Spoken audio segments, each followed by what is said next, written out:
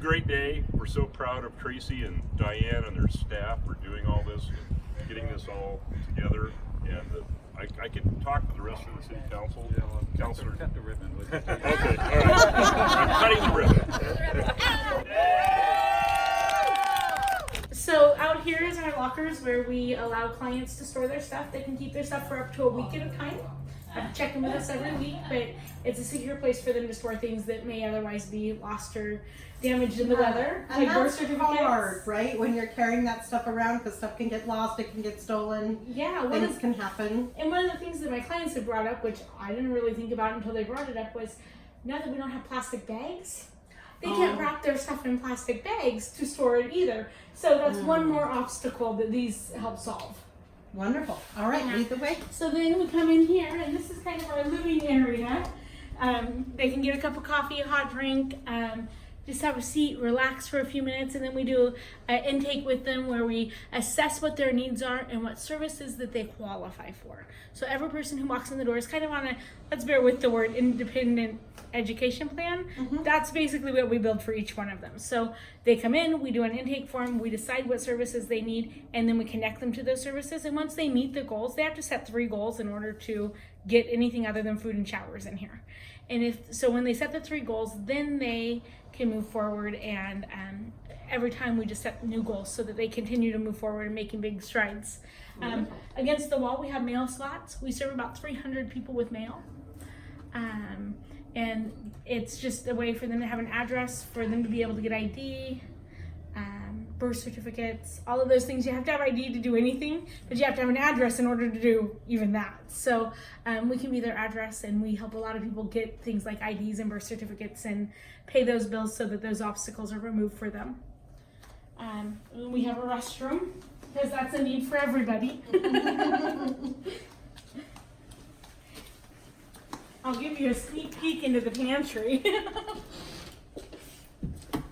So this is our food pantry where we serve things that can be cooked in a microwave or toaster oven. Things like soup, mac and cheese, raviolis, tuna fish, PB&J, just things that are really easy to make and that we don't have to do a lot of prepping for them. So then they go across the hall where we have a dining area, and they prepare their food and get to sit and eat. That's got to be very comforting. It's nice because they get to be a family. They get, we eat around a family table. We make sure that they're learning the skills. I mean, I had guys in here who'd never used a toaster oven in their life. And so we had to teach them how to use a toaster oven. Now they're like, look, I can cook, and that's exciting for them. So, it's all about boosting self-esteem.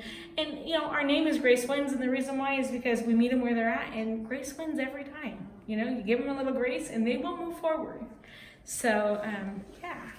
So then we come back here, and this is it's our donation center at the moment, but it's not going to be.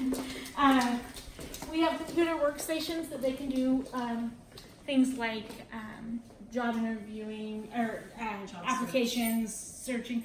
We even allow them to do Facebook because connecting back with your family is a really big issue. We've sent numerous people back home because they've been able to connect, and their family's like, if you'll come home, we'll take care of you.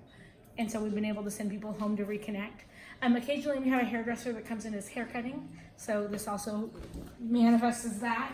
And then we have a television so that we can do things like inspiring movies. Like we just took them to the show to watch Overcomer.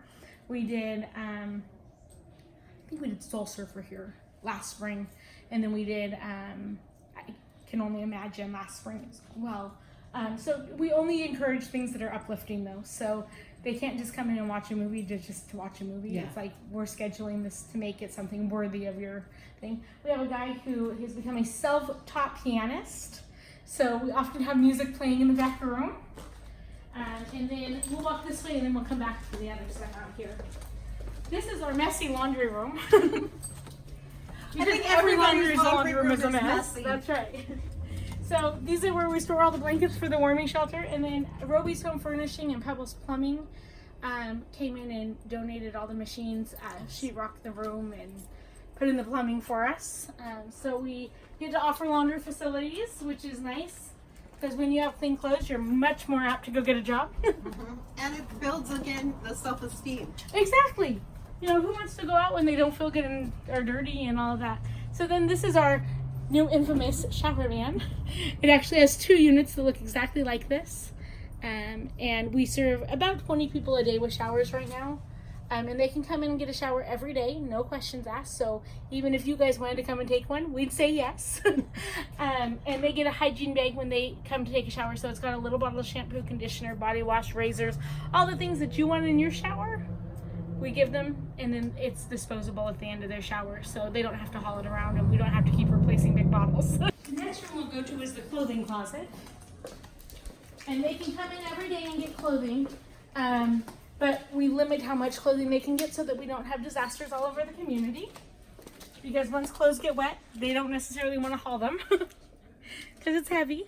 So we've set up some limits on that, but they can come in every day and get clean clothes so that they can look for work. They can go to appointments and feel healthy about themselves and feel like they are not going to be tagged as a homeless person. They'll be able to be anybody. And one of the things I really want to remind people is we don't just help homeless. Anybody in our community can come in. So anybody who wants clothes can come in. Anybody who needs something to eat. If they need a gas voucher because they got a new job, we'll help you. If we have the funds to do it, we'll help you do it. This isn't about just homelessness. It's about a community. So the last room I'll show you is our hygiene room. And this is the fabulous room where we store things like deodorant, which thanks us all. So, And donations are happily accepted. always, especially your little hotel shampoos, conditioners, and body washes, because we go through 20 of those a day minimum. And we have people that make up the baggies, but if we don't have the supplies, that makes it a lot harder. So we also do things like tents, tarps, and sleeping bags, and we encourage them to bring back their wet gear, and we'll replace it for new gear. Awesome. So if their tent gets ruined in a windstorm, they have to be able to bring us their old stuff so it's not left out in the woods, because it's important to keep our community clean. And that's one of the things we're trying to instill in these guys is be part of the community, and the community will be part of you. So that's why we're asking them to volunteer and do things like that as well. So that's kind of what we do. So here we are. We just had the ribbon cutting at Grace Winds Haven. They've got some exciting additions here, including the shower van and also the porta potties. So Mayor Sawyer, let's talk about that. What was the city's involvement in helping out this great program? What happened was last fall when I was running for mayor campaigning, I brought up the idea of having porta potties because a lot of homeless people, they don't have the dignity to have a potty like most of us do. And I talked to Tracy about it. She thought it was a great idea. After I got elected, I brought it to the council's attention, and they were all supportive of it, got behind it, and the city is financially supporting that project, and we're very proud of it, and we're hoping to add a second one soon, so that we got some other locations we're looking at. But what is really great about this whole thing is, you talk to Tracy and you say, hey, how about a porta potty? And she goes, what about a shower van? She just is wonderful. I love her. And I got to tell you that she is the one, and her volunteer staff, that put this whole thing together on the shower vans. It's just wonderful, because this is another step. The first step is porta potties, give them dignity, a place to go to the bathroom where they can be safe and whatever, and then now have a shower to where they can come here and get a shower, which you can't get around town. It's very difficult. And if you're living on the street, it's very difficult because you don't have a house. And unfortunately, the goal is to get these folks into a house. Right. And this is one of the steps to get there. It's not an easy process. It's unfortunately it's painstaking, but fortunately Tracy, Betty, and Diane and the whole staff here is working very hard behind this, and so is the council. The council is all behind this. We've got some funds we're going to be putting from it. We started the homeless committee, as you well know, and they're behind this whole project. And the county, we've talked to the county about getting county funds, and I think that's going to happen too. So it's just a great thing. We're helping these folks that they need to help up. They don't need help. They just need to help up. That's what we talked about. Hand up, not a handout. All right, so we're here with Tammy. Tammy was a client of Grace Winds Haven, and through their help was able to make some great changes in her life and make some positive choices, and is now a volunteer here. So Tammy, can you share your story with us about working here with these guys? I can't do this without crying. So I came here, I didn't have an ID, didn't have my birth certificate, couldn't get a job because I didn't have anything, and it took a while because I was from Pennsylvania, and I found a family here. And I'm fortunate enough that they saw something good in me and helped me. Diane actually made a phone call the day after I finally got my ID and made a phone call and said, hey, I have somebody here I think that would be really good, and I still have that job, and doing really well at it, and I love it, and just moving on to more things. And you volunteer here now, right? I do. I was actually the volunteer coordinator for the warming shelter last winter, so I was the one making the phone calls, making sure people were there, helping make sure all the stuff we needed was there whenever Tracy wasn't here with us because she was ill. And Diane, tell us a little bit about what this has been like for you. You must be incredibly proud of your family. Oh, I am very proud of my family. I'm very proud. My husband and I had this building for many years, and we had a business here. And I know he passed away 5 years ago, and I know you'd be really thrilled to know that what we're doing out here. He was a nice guy. So anyhow, yeah, no, it means a lot to me. I'm blessed every single day. You know, there's ups and downs in anything, you know, and we just trudge through it, try to get through it. And usually it turns out okay. And I love all the people here. Every one of them. And you know, really, it just blesses my soul. I can't even tell you how I feel about this. Every day, I look forward to it.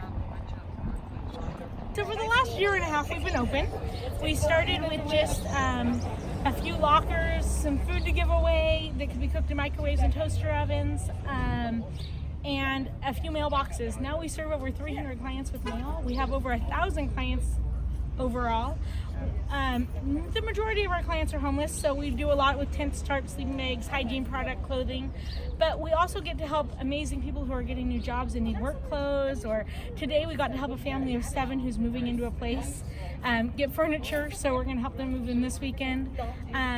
So it's just been amazing. What are some other ways that your clients work to help the community, which also helps them to find jobs and to better themselves, right? Right. So we ask them to help volunteer if we have organizations that need help. So like the Salmon Bake was a great one today. We've helped with Seafood and Wine last year or earlier this year. And then we also do things like if they want a tent or a tarp or a sleeping bag, the first one's on us, but after that we feel like you should earn it. And it really helps them with self-esteem. So they go out and clean up the community.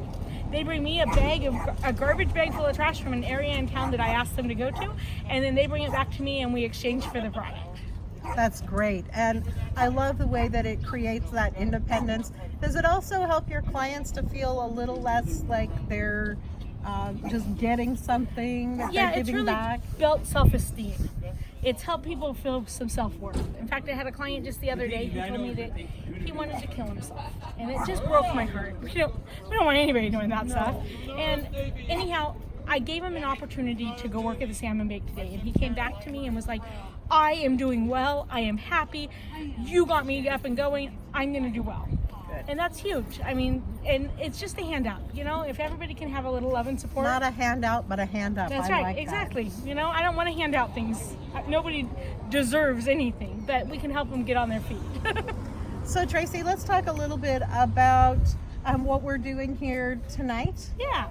So tonight we're offering an open house so that people can see what we do, as well as we are celebrating the opening of our shower van and the 24-hour porta potty. So our mayor will be here to cut the ribbon, and we will celebrate the opening of some huge steps that we've needed in our community for a long time. How will having these things here at the day center, how will that benefit your clients?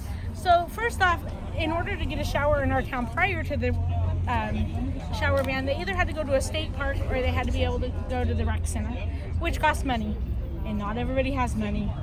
And so, you know, most of my clients get food stamps and things like that, but they don't have on-hand accessible cash sometimes. So this will give them an opportunity to get showers and get clean clothes every single day so that they can go out and look for work. They can go to job interviews feeling successful. And now we can offer not only the meal to get them started in the day, but we can offer them a shower to be clean enough to go out and succeed in the community. And then the porta potty gives us 24-hour access because we don't have anywhere that people can go to the bathroom 24 hours a day. And this gives people an opportunity to have a place to go without. things cleaner. Yeah, exactly. It keeps our community much cleaner this way. Yes. So really quickly, as we wrap up, is there anything else that you would like to add? I'd really like to just thank you guys and the community and everybody who supports us.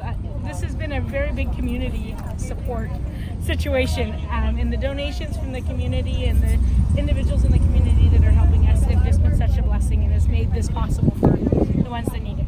Wonderful. Thank you so much, Tracy. Yeah, thank you. Thanks for coming by. And thanks for joining me on Pacific Northwest News and Entertainment. I'm Kara Morgan.